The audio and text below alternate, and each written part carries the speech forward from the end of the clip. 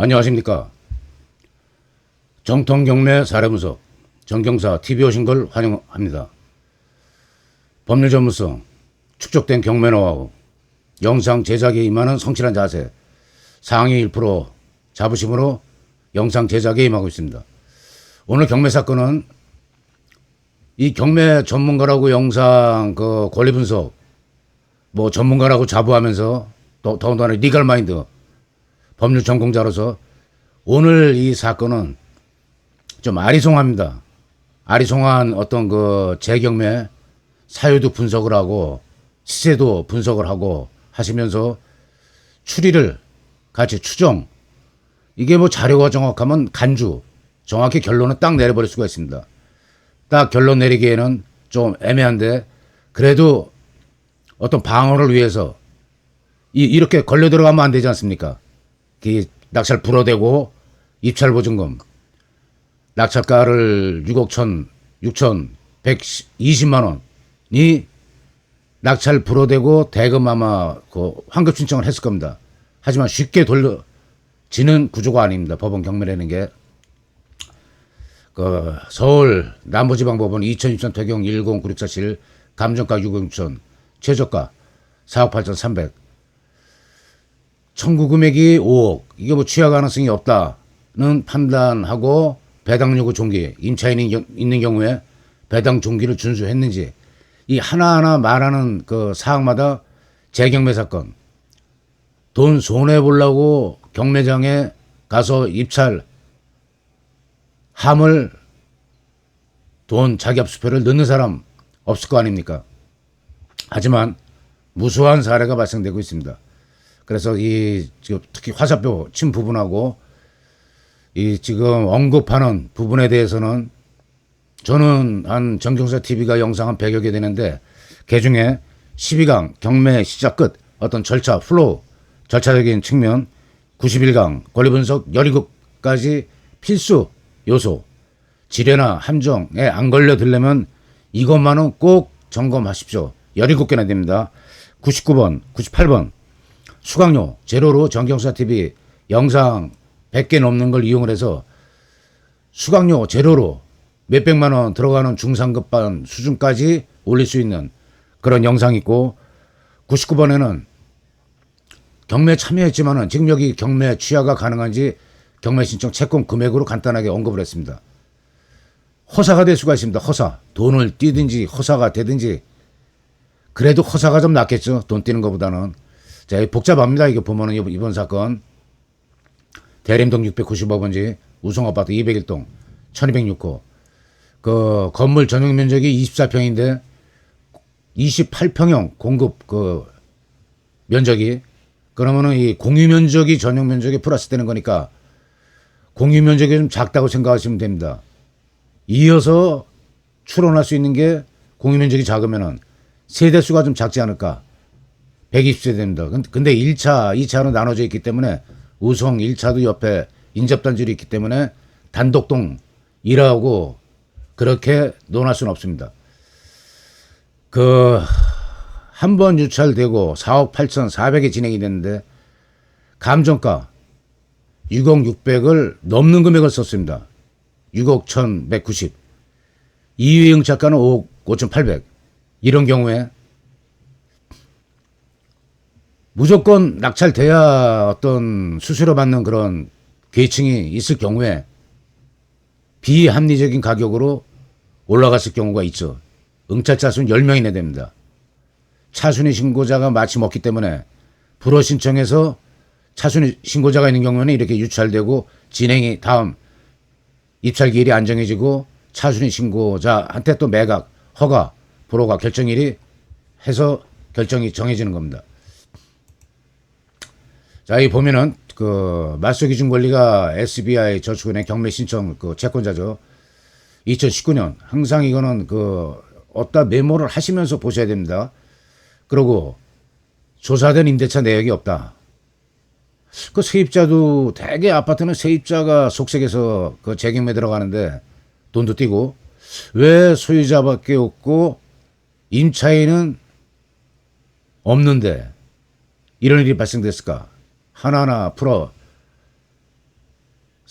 납득이 될 때까지 사건을 계속 분석을 하고 어떤 결론이 나올 때까지, 아, 이래서 이렇게 됐구나, 좀 명쾌한 그런 답이 나올 때까지 분석을 철저하게 하셔야 되는 겁니다.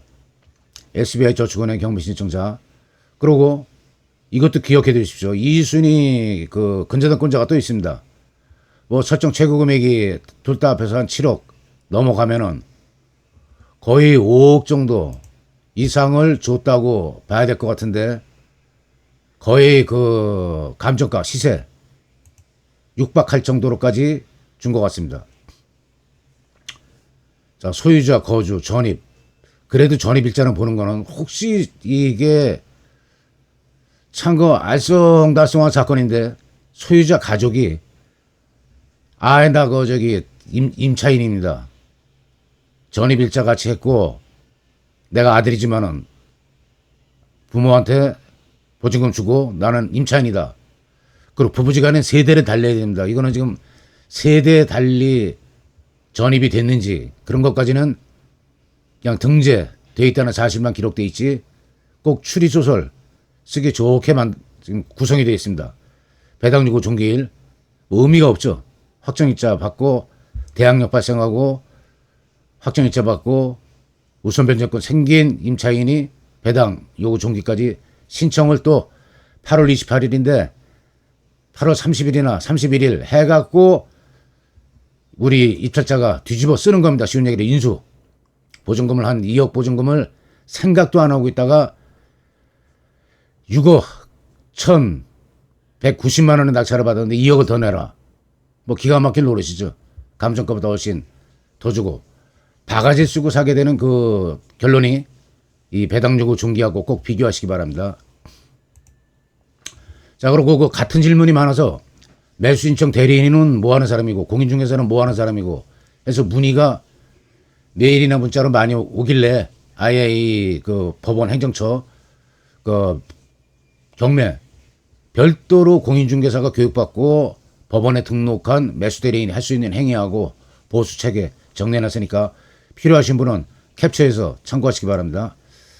위치는 뭐 대림역 여기 있고 구로 구청 있고 대충 위치가 뭐 역세권이고 우성 아파트 뭐 인근이 전부 다 뭐 아파트고 주거지역이네요. 그리고 이 병원이 인접해 있으면은 나이가 좀 있는 입장에서는 병원 있는 거를 상당히 선호하는 경우가 많습니다. 뭐 그 저기 재래시장도 있고 대림 중앙시장 뭐 저기 주거지역으로서는 중상 플러스 끝까지는 아니래도 중상 정도로 평가할 수 있을 것 같습니다. 자, 임대차 정보 현황조사서입니다. 이 현황조사서도 항상 그 권리 분석의 필수 코스입니다. 현장에 임해서 소유자의 배우자 송모 씨를 만나서 안내문 교부하고 전미관계 직접 만났네요. 이 본건에서는 전미관계 확인한 바 소유자의 가족이 점유 사용하고 있다고 함. 주민등록 등본상 소유자 최원철 세대가 등재되어 있음. 여기까지 봐서는 임차인으로 인해서는 이 경매가 샀다가 나 안 살래요 하고 불허가가 그냥 떨어지는 게 아니고 낙찰자가 손모 씨가 익은 물건 물러주세요 하고 법적인 절차를 밟은 겁니다. 매각 결정 불허가 신청을 내서 법원에서 인용을 해갖고 불허 결정이 나고 그래서 다시 진행된 겁니다. 여기 기록된 이 문구는 상당히 중요한 겁니다. 이 문구하고 다른 사실이 있을 경우에는 우리가 아까 본 대로 매각 불허가도 신청해 볼 수가 있고 매각 결정 난 다음에 즉시 항고도 할 수가 있고 3단계입니다. 매각 결정이 확정돼서 대금 납부 기한이 정해졌는데 그때도 잔금 내기 전까지 매각 결정 취소 신청. 근데 지금 앞에서부터 쭉 얘기 드렸는데 인용 가능성 순서대로입니다. 일자도 순서고. 자, 물건 명세서는 더군다나 좀 더 법적인 의미를 갖고 있습니다. 조사된 임대차 내역 없다고 딱 기록을 해놨습니다. 임대차 내역이 없는데 입찰 받고 가보니까 내가 아들인데 나 임차인입니다. 보증금 2억 5천인데 따로 주셔야 될 것 같습니다.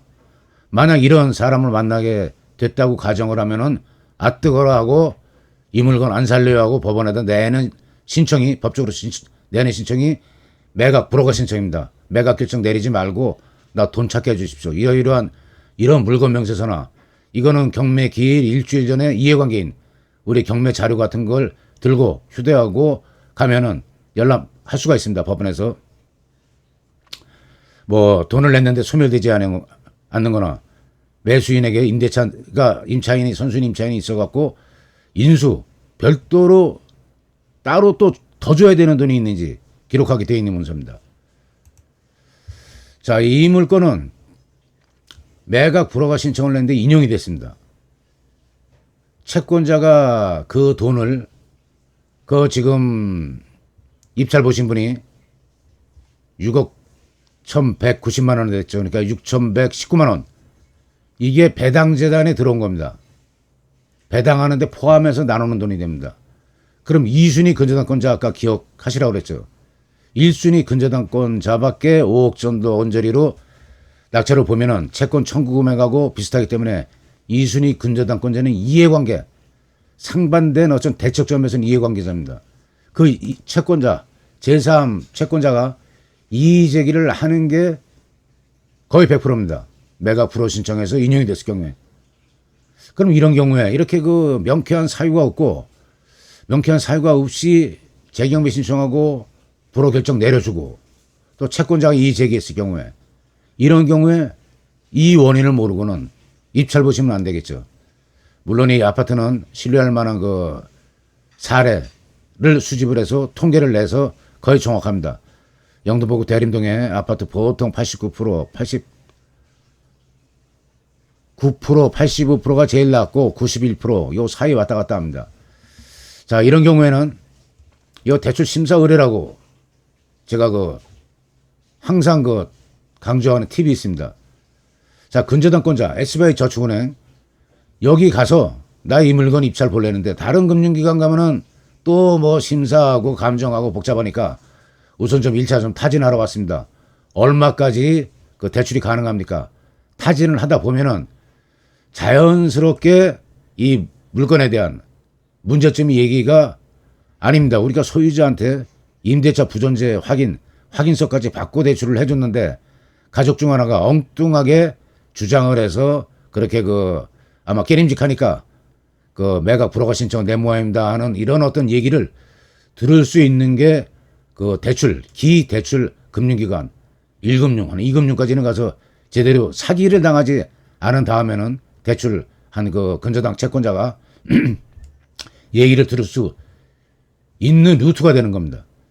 자, 이런 물건인 경우에 시세는 여길 통과했습니다. 가보니까 별 문제 없는 걸로. 그러고 저런 어떤 매각 불허가 신청나서 재경매 들어가고 대금 납부 기한 정해졌는데 미납이면은 입찰 보증금 20%인데 여긴 그냥 10%입니다. 불허가 떨어져 갖고 들어가는 재경매이기 때문에. 자, 이런 경우에 나는 얼마 써야 되는지 이것도 대출 심사 대출 기관 어떤 대출 심사 타진 못지않게 인접 중개 사무실 두서너 군데에 안 가셔도 요새 카카오맵이나 네이버 지도에서 주소 치고 인접지 공인중개사 치면 전화번호 연락처 쭉 나옵니다. 한 두서너 군데 전화하셔갖고 정말 좀 급하게 매물 나온 거 있으면 내가 하나 살라고 그런다. 그래서 급매물 시세를 파악을 하십시오. 그럼 급매물 시세보다 더 쓸 이유는 없는 거 아닙니까? 살짝 더 쓰든지 저렇게 6억 1,100 감정가 상회할 정도로 쓸 이유가 없는 거죠. 그러니까 그 가격을 기초로 해서 경매로 사면은 오히려 소유자랑 합의 안 되면 이사 비용 한 300만 원 정도 실제 평당 인건비 노무비가 평당 7만 원이 가장 큰 비율을 차지합니다. 한 300만 원 정도를 갖고 협상을 해서 합의를 보고 명도를 마치는 게 이제 일반적인 사례인데 그에 앞서 갖고 급매물 시세 알아보고 그거보다 좀 더 쓰든지 해갖고 만약 차순위는 아깝게 놓쳤다. 그럼 급매물 사시면 된다. 이런 조언 드리면서 이 영상 마칠까 합니다. 그래도 알쏭달쏭하지만은 사유를 밝혀내는 어떤 방법, 그 다음에 시세를 내가 얼마 써야 되는지 하는 데서 조금이라도 좀 얘기가 들을만 했다. 기분이 드시면은 구독, 좋아요, 알림으로 정경사 TV 응원 부탁드립니다. 수고하셨습니다.